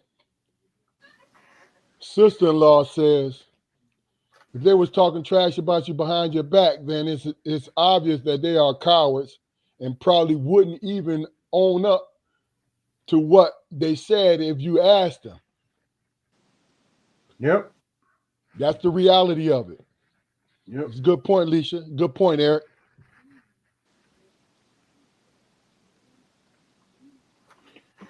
I'm just saying, be above board with shit, man. If you're gonna challenge a motherfucker or talk shit about a motherfucker, be willing to deal with the response of it, man. That's some cowardly shit, bro. Of I course. mean, just flat out what it is. You know what I'm saying? And the person on the receiving end going through all types of emotional shit, and at the end of the day, you don't know who the hell to trust, bro. You know what I'm saying? And then you wind up in isolation and wondering why you even engaged in the first place. You know what I'm saying? Where is your, speaking on black men, where is the safe place, man? Where is the safe place, man? Where can you be? Where can you be yourself through your own trials and tribulations and working through your maturation process? Where is the safe place at, man? The only way you're gonna be able to deal with that is through honesty and everybody being on the up and up. If you're gonna be man enough to talk shit, be man enough to say the same shit in the person's face. Don't sit back and talk like you that motherfucker or you that guy. I've been cussed a lot, excuse me. But don't act like you in that space when if you got a problem with me, then say you got a problem with me, and we can do that individually. It don't have to be this whole social whatever with this side over here that's stacked against you. They're stacked against you. You got to try to navigate and figure out who the hell is really your damn friend. You know what I'm saying? And that is shocking to the system. Especially when you hold the ground where, man, if I got a problem with you, I'm gonna tell you face to face what it is. And that's where I choose to be, and that's where I lie, because there's no you can't misconstrue anything, man. And at the end of the day, there's one or two things to happen. You wanna know what it is? We can agree to be friends, or we can agree not to be. You know what I'm saying? And I think that's a choice that everybody should have the opportunity to make, man.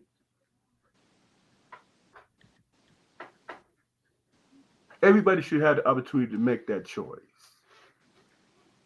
You know what I'm saying? And if I'm the heavy in it, then at the end of the day, I have to take on the responsibility of being the heavy. If I'm an asshole, I have to face that. Because everybody is in unison over here. But I'm not going to know if everybody is in unison over here about me being an asshole unless they man enough to say it to my face. And if they in unison of me being an asshole and they said it to my face, then I have to make a decision whether or not I want to decide whether or not they're wrong. And if you got 4 or 5 people who are saying the same things, then I have to do some adjustments in my life if I choose to give a damn, bro. You know what I'm saying? And that's life lessons. That's how it's supposed to be. You know what I'm saying? You get faced with things, either you're going to be a better person or you're not. But that's your own personal experience. That's your own personal maturation process. And if people claim to be your friend, they would put you in a position where they are not afraid to tell you how you made them feel. How you made them feel. And then it's your choice whether or not you give a damn. And at the end of the day, everybody is okay, because it's either going to be stronger relationship or people going to go their separate ways and move the hell on, bro. Okay. This is my point. You know what I'm saying? And I think when Shannon spoke to the black people, he basically said the same shit. Hey man, I've been an open book. And now all of a sudden people, because I'm on the up, people want to come at me. And those people that's coming at me are the same people I ain't never heard of, or who never said anything about me. But now when you see me, that's hate. That's the personification of being a hater, man. Yeah, but yeah, I mean, yeah, man. But I'm gonna tell you, you're speaking on real life, and what do we have though? Shannon, real life? That's entertainment, man. Entertainment has a propensity to affect innocent people, man. Bro, that's not the debate. You were just talking about. I'm talking. You gave yourself as an example, which was a great example, right? But Shannon put himself in the entertainment realm. So his feelings should not be hurt when there's people that he don't know throw their opinion out there because nobody else listens to him. So let me ask you a question, bro. If our platform blow up and we become worldwide and all that stuff, and people start looking in your background and start saying some shit where they misconstrue what you said, or just being assholes towards your character, you okay with that? Because Wait. blow up. What do you mean by okay? Am I? You mean I'm supposed to? When you say okay, am I supposed to be like, oh man, cool? I'm gonna charge it to the game? Is that what you're saying? No, No, I'm what gonna I'm be saying. pissed. I'm gonna be pissed, but I understand the reason why I'm getting that flack is because people have a problem with me succeeding and you succeeding and Jaquari succeeding in our realms. You understand what I'm saying to you? And it's not making excuses for people's bad behaviors or bad statements. It's the simple fact that I understand that this thing will come this way. Yeah, and you just said, bro. Correct me if I'm wrong. Um, you just said, I hate the way he responded by him being attacked. In a I said, nutshell, is that no, what you said? no, what I said was, it was a statement of, it be us, it be us. That was the statement. It had Yeah. nothing to do with, that had nothing to do with him being attacked.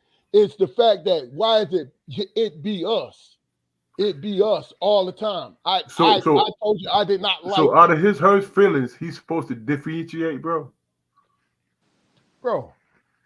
Listen, It's just a question. no, what you're misunderstanding. No, not misunderstanding. You're not hearing what I'm saying to you. I told you I had a problem with what You he guys, said. you guys, I don't want to talk about Shannon Sharp anymore. I mean, I'm about done, but I just wanted this. I wanted to make it clear. When I brought it up, I brought up the fact that they both were saying it be our people. Now that's destructive. Whether it's our people or not, that's destructive on the platform that they have. You know what I'm saying? Because you know why? Why it ain't fair? It's because our people are the only one watching your shit, man. So if it was a big wider range of colorful folks watching it, he would get just as many different pigmentations criticizing him and loving him at the same time. It's what it is. I get it. Now because Jakari wants to move on, I guess we. Yeah, because Damon has spoken about the same shit for the last 20 minutes. I'm just trying to make my. Hey, look here, man. I'm just You trying to may, make my you, point, man. No, bro. well, you ain't got to say, you ain't got to tell me 3 times to make your point, bro. Well, you know All what? right. I risk the fact that I might have detractors, man. I risk that. No It's doubt. all right. I'm not a detractor. I'm a participant. Hey, listen. Let's just hit this real quick, man. Because I like this, but it is a little somber. I really don't. All right, we're gonna do it anyway. Hey, brother, is that a gun case? That's a fool. Oh shit, I'm All right, embarrassed now. man, boy. I'm like, what did you see? Gun, gun, my host, I my had a holster, bad, I had a bad dream, man. At my, 3 o'clock this morning. my holster is on my hip, brother. You know what? I'm gonna save this for next week, man. But I have a question for you. Being large men of stature,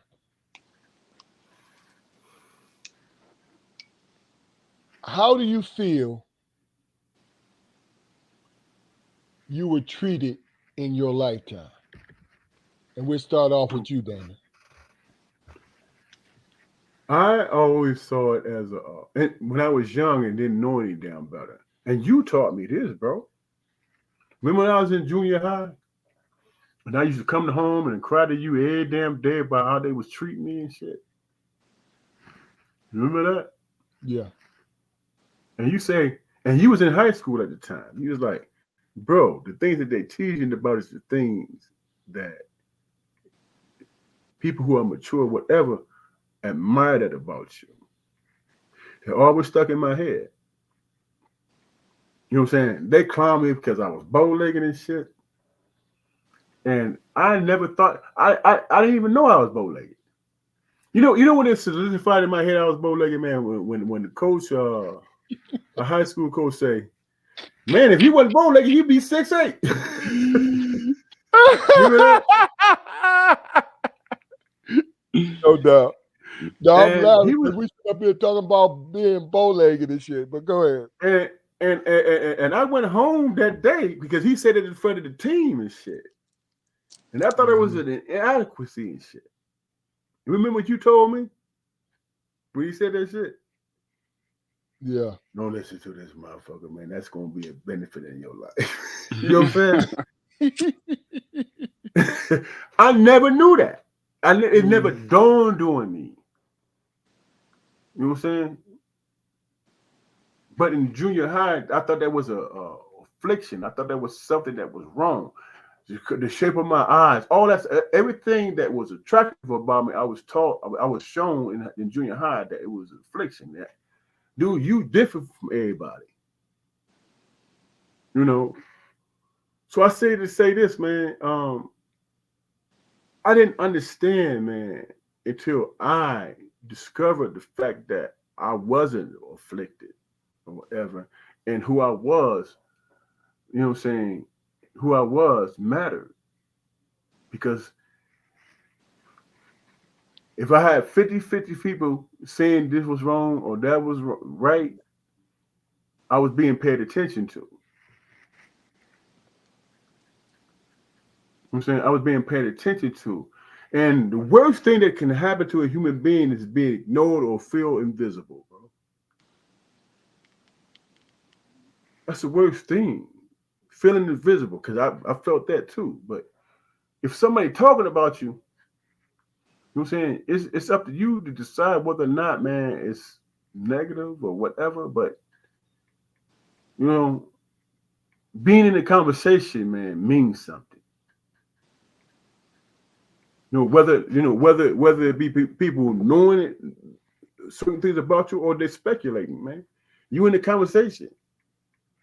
You know what I'm saying? And being in the conversation, you able to pick and choose, man, how you gonna move from there, bro. You know what I'm saying? Are you gonna deal with your detractors?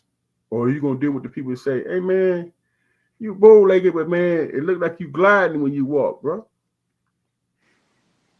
You know what I'm saying? I threw that bone out there for you, bro. What you got to say? See, I really don't know if that's any better, bro. I'm just telling you, man, the differences in my experiences. No You know what doubt. I'm saying? No doubt. I mean, I remember, man, going to the park, man, playing basketball on a sunny, hot ass 90-degree day and taking my shirt off, man, because I wanted to be dark skinned. Because my heroes were dark skinned. You know what I'm saying? So I'm an anomaly, man, when it comes to that. But that's how I truly felt. I you know, I didn't fall into the stereotype that white is right and what I didn't fall into that.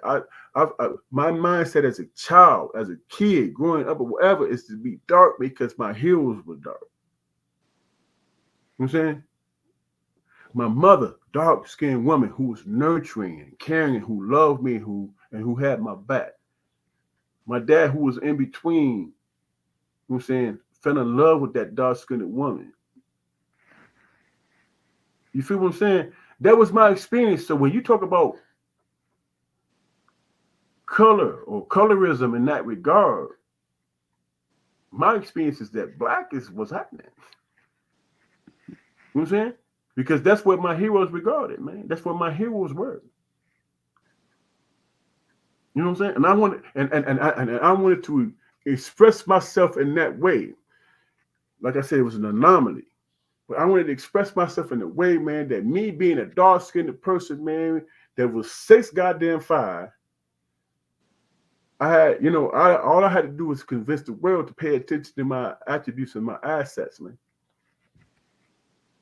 And because I was dark, I was set apart from the norm, or what was considered beauty. No, man, I'm beautiful, man. And then the darker I become, the more beautiful I am. I truly, on my mother's grave and my dad's grave, believe that. All right, man. Look. I'm talking about your stature, but That was a good segue, bro. That's a good just. segue. I'm looking at the notes that you said that we I supposed to be know on. that. That's a good I segue. said, I said we was going. I said we was going to cover that next week, but it's a good point. No, that's what we talking about. My stature, man, I was always paid attention to, bro, and I couldn't avoid that. So I had to either embrace it or shrink from it. I chose to embrace it, bro. In terms of my stature. No doubt. Jaquari. Well, for a long time, man, I always see myself as being a victim of the strong back, weak mind mentality. You know what I mean? I can never really pull myself out of that box until I pull myself out of that box. You know what I mean? It wasn't the world. I figured out that it wasn't the world's fault that that's the only opinion that they had of me. You know what I mean? But I was put in situations where, man, especially when I was, a little, well, after I got my growth spurt, and it'd be a group of us around or whatever, everybody shooting the shit, having fun or whatever. I was always singled out because, I was the largest person, you know, and as the largest person, I probably presented the highest level of danger to people. But this is how it was always presented to me. You're so much bigger than everybody, Jacory. So you got to be careful when when you're playing with other little kids. But the adults that told me that they had no regard for my safety, no regard whatsoever. I was always just in a position where I could take it. You know, uh, at recess, two, three people jump on my back or whatever, and I'm in pain, and retaliation comes because we're kids, but it's not retaliation out of malice. I'm gonna just get you back. So when I jump on the kid's back, all of a sudden the world ends because I'm so much bigger than this kid. I'm a child. I don't understand that. I'm trying to win the game. You know, and unfortunately, I didn't really have anybody around me in those situations. Who could explain that to me in the right way. The result was I just sat down. I didn't play anymore. You know, but I had to come to the realization that you're not gonna do anything. You're just gonna sit on the sideline. You're just gonna be quiet because you're not a quiet person.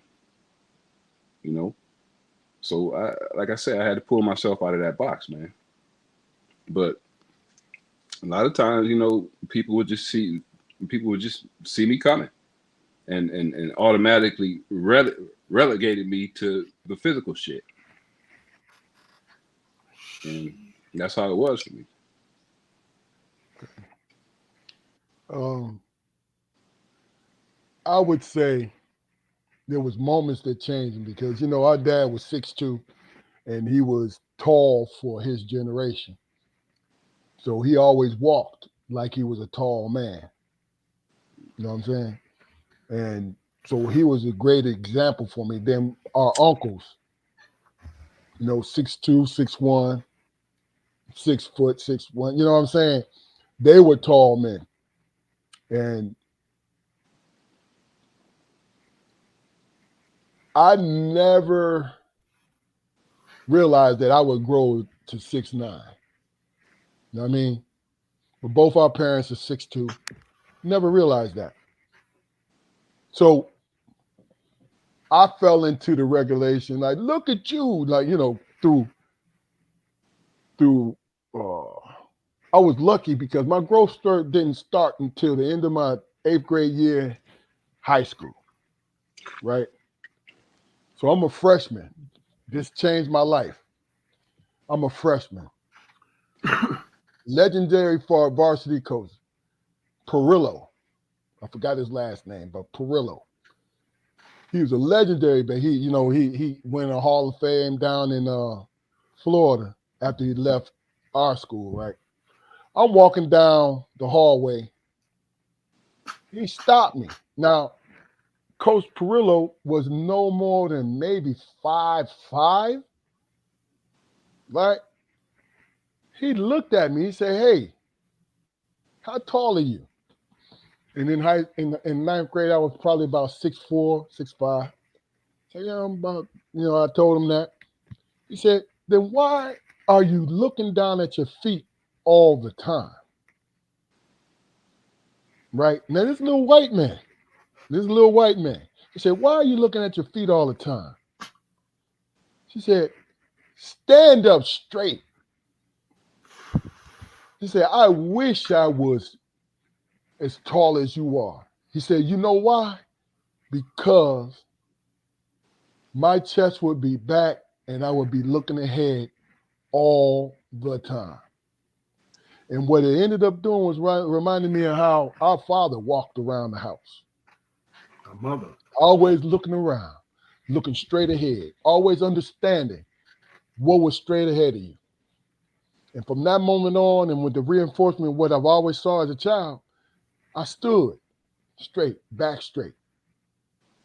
It got to the point where people later on in life thought I was arrogant because my back was straight.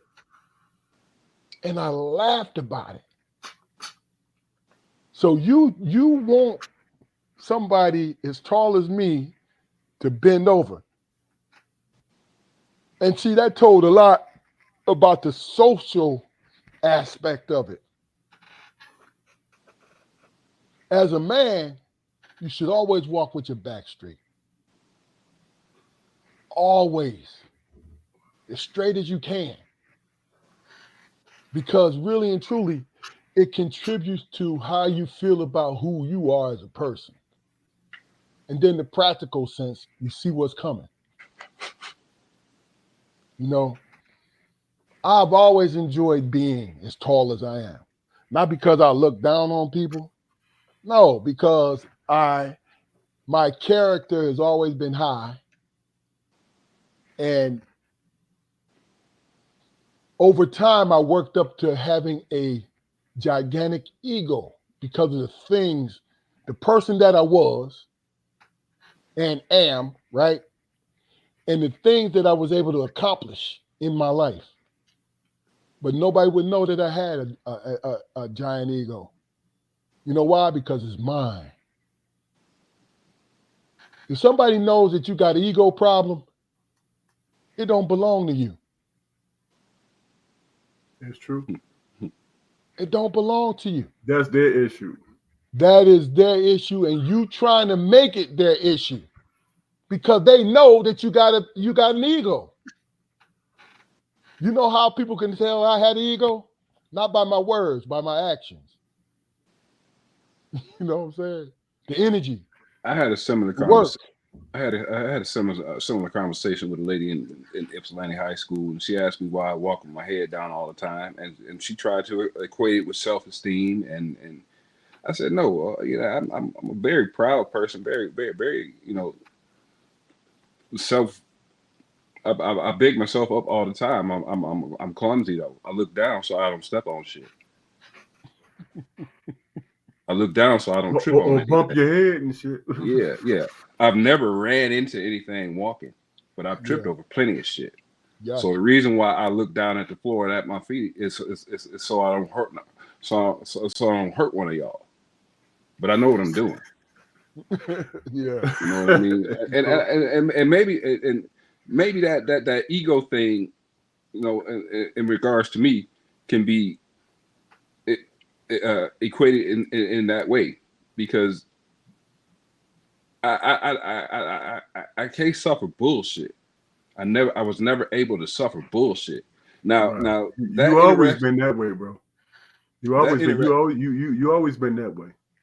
that interaction you had with that coach, I mean, as positive as it was, you know, I mean, it's many reasons why you might have been doing what you was doing, but he's seen it as a deficiency. But had he had that Because of his height.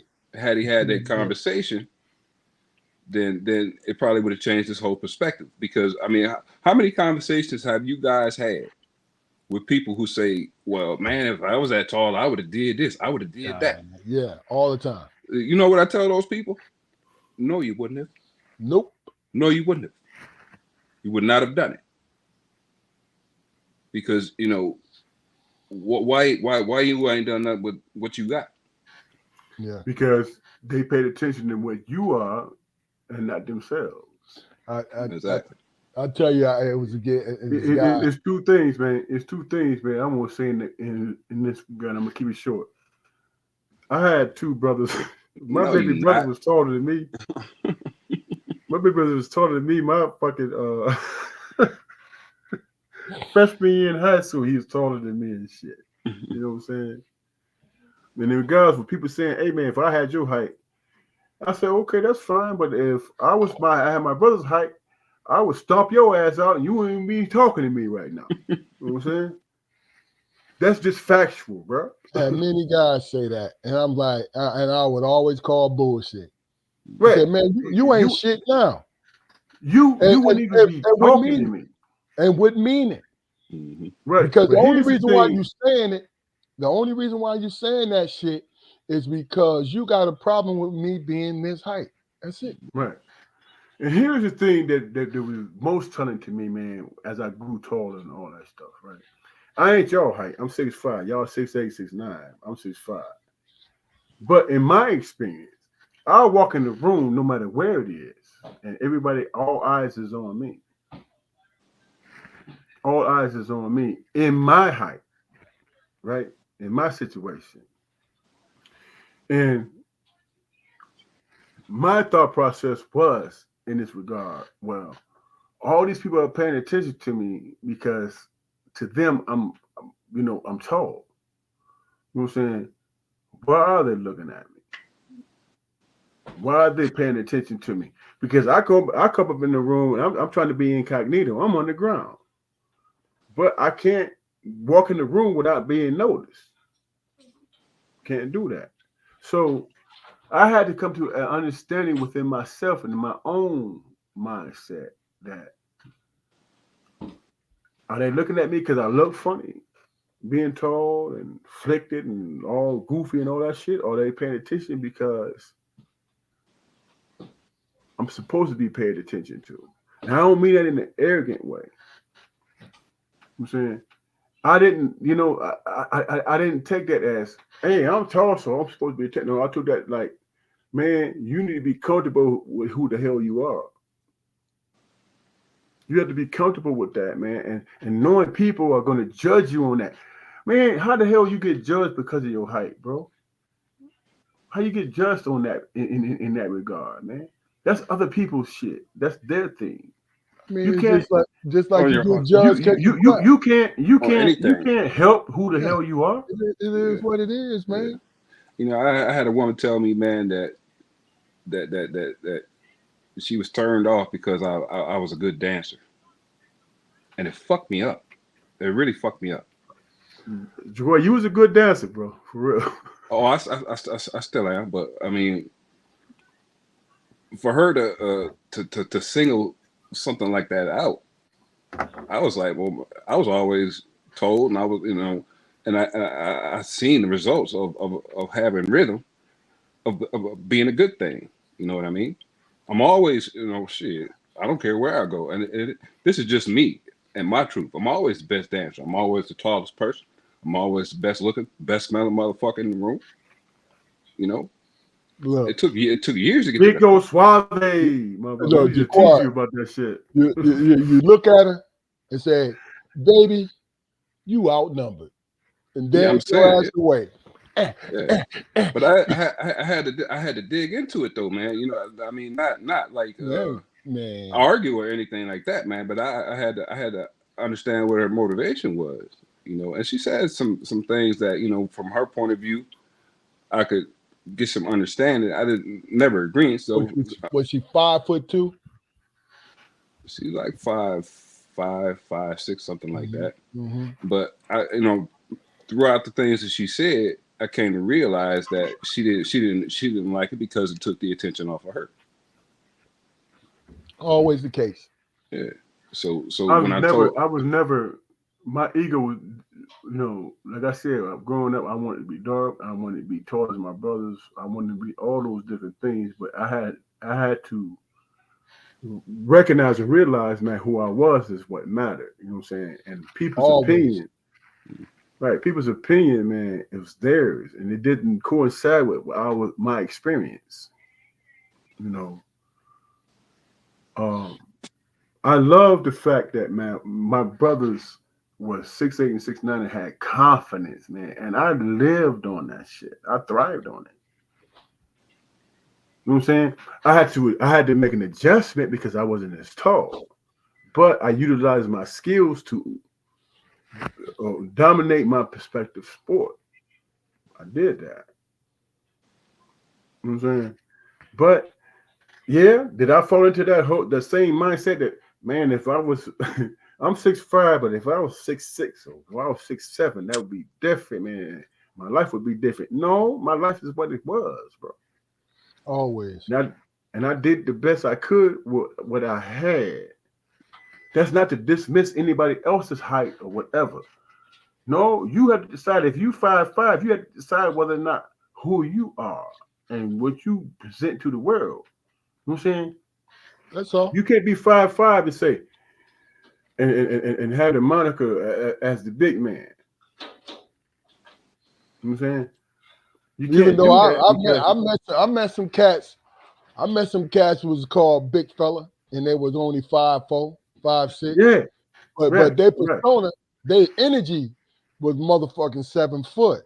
You know and what I'm saying? that's the key. That's what matters. Yeah. You know what I'm saying? You It's could be 5'4" and be larger than life, bro. Straight up. it's just the point, man, where, you know, you automatically, like you said about, like you, Damon, when you were talking about when you got out the car and dude came up to you talking shit. How do you come to me and minimize my accomplishments and expect to keep that friendly? You can't. Because they needed to feel good about themselves and they needed to see me in a bad space. You know, the one thing, man, I think we as human beings, man, have to recognize and realize, man, is that the world, God give you this blessing and whatever. And like y'all you know, described, man, you had to walk with your back straight and your head up. That's what our dad always taught us. You know what I'm saying? I remember our dad told me, he said, man, you're not tall as your brothers, man, but you got to make that shit up from heart. You know what I'm saying? How do I express that message to a motherfucker that's shorter than me? I can't. I can only deal with my experience and my situation. You know what I'm saying? And at 6'5", I'm not tall enough. If I was playing in NBA, I'm a guard, bro. Yeah. I'm a guard. I'm not a senior,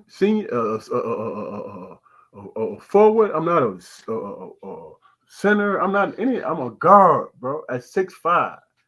You know what I'm saying? You know how many times I've been in situations, man, where people telling me, man, you tall and this and that, and I be playing in the game, and everybody on the damn court taller than me. You know what I'm saying? Yeah. And I'm playing center. You got to make adjustments, man. You do. And your adjustments is your experience. It's not what people's expectation based on some shit they wish they can be. I'm 6'5". If I was going to NBA and I'm 6'5", I got to be fast. I got to be able to have handles. I got to be able to shoot over cats and all that shit. That's like, 6'9", 7 foot, 7'3" and shit. You know what I'm saying? I don't complain, man, because I'm considered in the NBA short. Literally, 6'5", I was considered short. And the cats that was like Isaiah Thomas size and all that stuff, these are exceptional ass goddamn people to be able to play in that league, bro. Mm-hmm. And make adjustments. It's all predicated on not what the world expectation is. It's all predicated on what you're working with, bro. All right. Hey, look.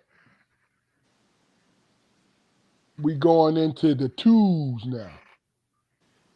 Damn, I didn't realize it was that late. No, it ain't late. It's on time. This is a great Yeah, I time. had handles, bro. I was dunking with my left hand, bro. Come on now. Come talking to Eric. I was dunking with my left hand, bro. Yeah. That was my go-to move. Playing me to my right and give me the left lane. You think I wasn't dunking that shit with my left lane? You damn right I was. Eric, look, but we got him to stop talking about his basketball. Now you're on that bullshit. Look at you. Eric asked you that question out of jealousy because all Eric had was a jump shot. That's what they called his ass either.